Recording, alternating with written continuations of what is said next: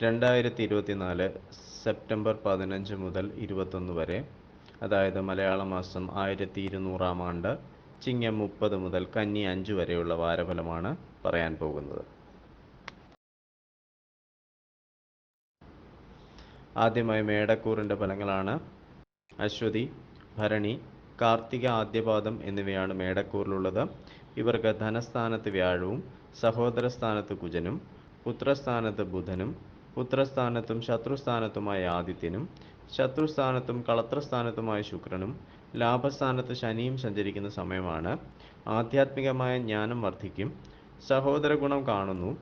കലഹങ്ങളിൽ നിന്ന് ഒഴിഞ്ഞു നിൽക്കുക. ശത്രുശല്യം കുറയും. അഭീഷ്ടസിദ്ധി ഉണ്ടാകും. മനപ്രയാസം അനുഭവപ്പെടും.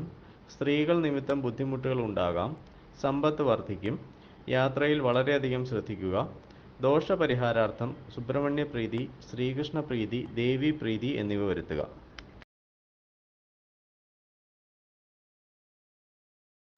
അടുത്തത് ഇടവക്കൂറിൻ്റെ ഫലങ്ങളാണ്. കാർത്തിക മുക്കാൽ, രോഹിണി, മകയിരം ആദ്യത്തെ പകുതി എന്നിവയാണ് ഇടവക്കൂറിലുള്ളത്. ഇവർക്ക് ജന്മത്തിൽ വ്യാഴവും ധനസ്ഥാനത്ത് കുജനും സുഖസ്ഥാനത്ത് ബുധനും സുഖസ്ഥാനത്തും പുത്രസ്ഥാനത്തുമായി സൂര്യനും പുത്രസ്ഥാനത്തും ശത്രുസ്ഥാനത്തുമായി ശുക്രനും കർമ്മസ്ഥാനത്ത് ശനിയും സഞ്ചരിക്കുന്ന സമയമാണ്. സംഭാഷണത്തിൽ മിതത്വം പാലിക്കുക. പുതിയ ശത്രുക്കളെ സൃഷ്ടിക്കരുത്. ജന്മദേശം വിട്ടു താമസിക്കേണ്ടതായി വന്നേക്കാം. ധനം, വിലപിടിപ്പുള്ള രേഖകൾ എന്നിവ നഷ്ടപ്പെടാൻ സാധ്യതയുണ്ട്. ധനലാഭം, ബന്ധുസമാഗമം, സുഖം, യാത്രാഗുണം എന്നിവ കാണുന്നു. സ്വസ്ഥത കുറയും.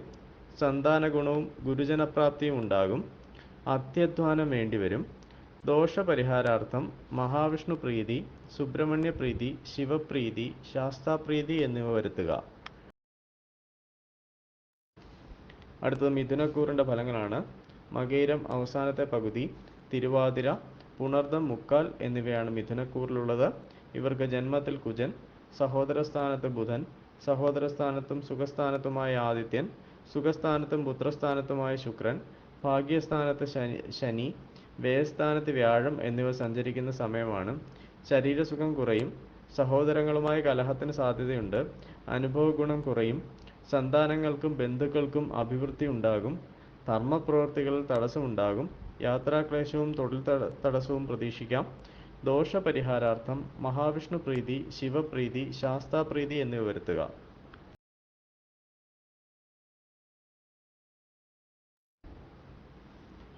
അടുത്തത് കർക്കിടകക്കൂറിൻ്റെ ഫലങ്ങളാണ്. പുണർദം അവസാന പാദം, പൂയം, ആയില്യം എന്നീ നക്ഷത്രങ്ങളാണ് കർക്കിടകക്കൂറിലുള്ളത്.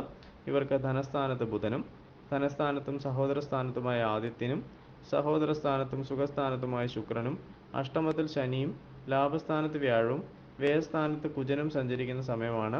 വാക്കുകൾ ശ്രദ്ധേയമാകും. ഐശ്വര്യം വർദ്ധിക്കും. പുതിയ ഗൃഹനിർമ്മാണത്തിനെക്കുറിച്ച് ചിന്തിക്കും. ശത്രുശല്യം കുറയും. അധികാര സ്ഥാനപ്രാപ്തി ഉണ്ടാകും. കാര്യതടസ്സങ്ങൾ, അലസത ഇവയെ മറികടക്കുവാനുള്ള വഴികൾ തേടും. ധനസ്ഥിതി മെച്ചപ്പെടും.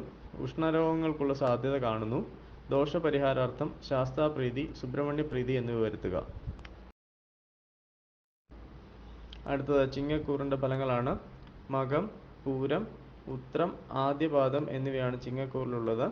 ഇവർക്ക് ജന്മത്തിൽ ബുധനും ജന്മത്തിലും രണ്ടാം ഭാവത്തിലുമായ ആദിത്യനും ധനസ്ഥാനത്തും സഹോദരസ്ഥാനത്തുമായ ശുക്രനും കളത്രസ്ഥാനത്ത് ശനിയും കർമ്മസ്ഥാനത്ത് വ്യാഴവും ലാഭസ്ഥാനത്ത് കുജനും സഞ്ചരിക്കുന്ന സമയമാണ്.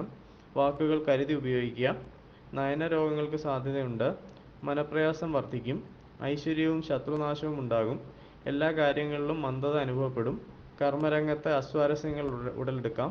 അധികാരസ്ഥാനപ്രാപ്തി, ഐശ്വര്യം, ധനലാഭം എന്നിവ ഉണ്ടായേക്കാം. മൂത്ത സഹോദരങ്ങൾക്ക് രോഗാരിഷ്ടതകൾക്ക് സാധ്യത കാണുന്നു. ദോഷപരിഹാരാർത്ഥം ശിവപ്രീതി, ശാസ്താപ്രീതി, മഹാവിഷ്ണു പ്രീതി എന്നിവ വരുത്തുക.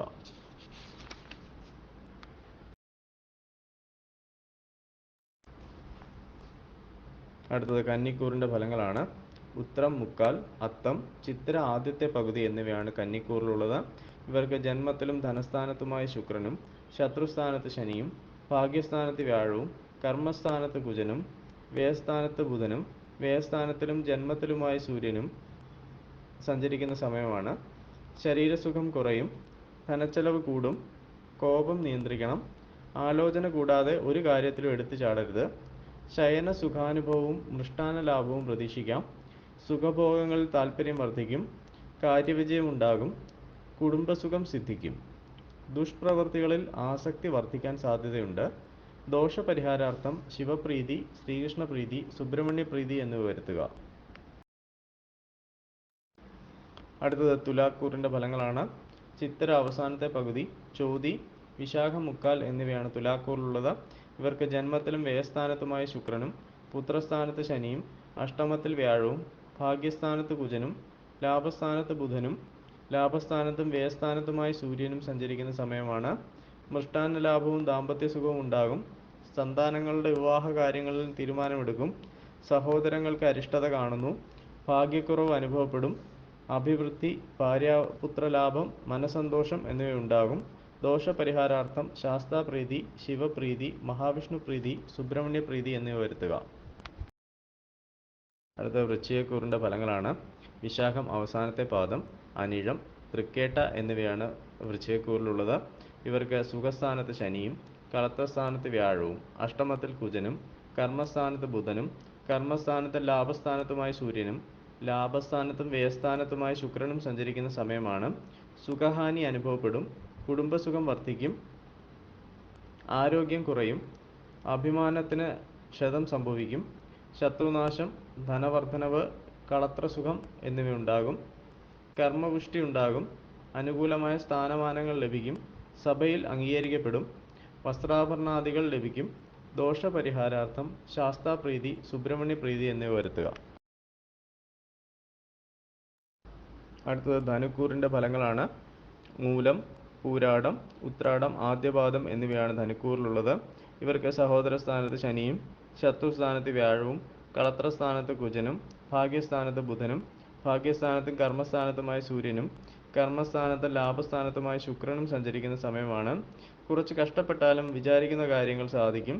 എല്ലാവിധ സുഖഭോഗങ്ങളും ലഭ്യമാകുമെങ്കിലും അനുഭവ ഗുണം കുറയും.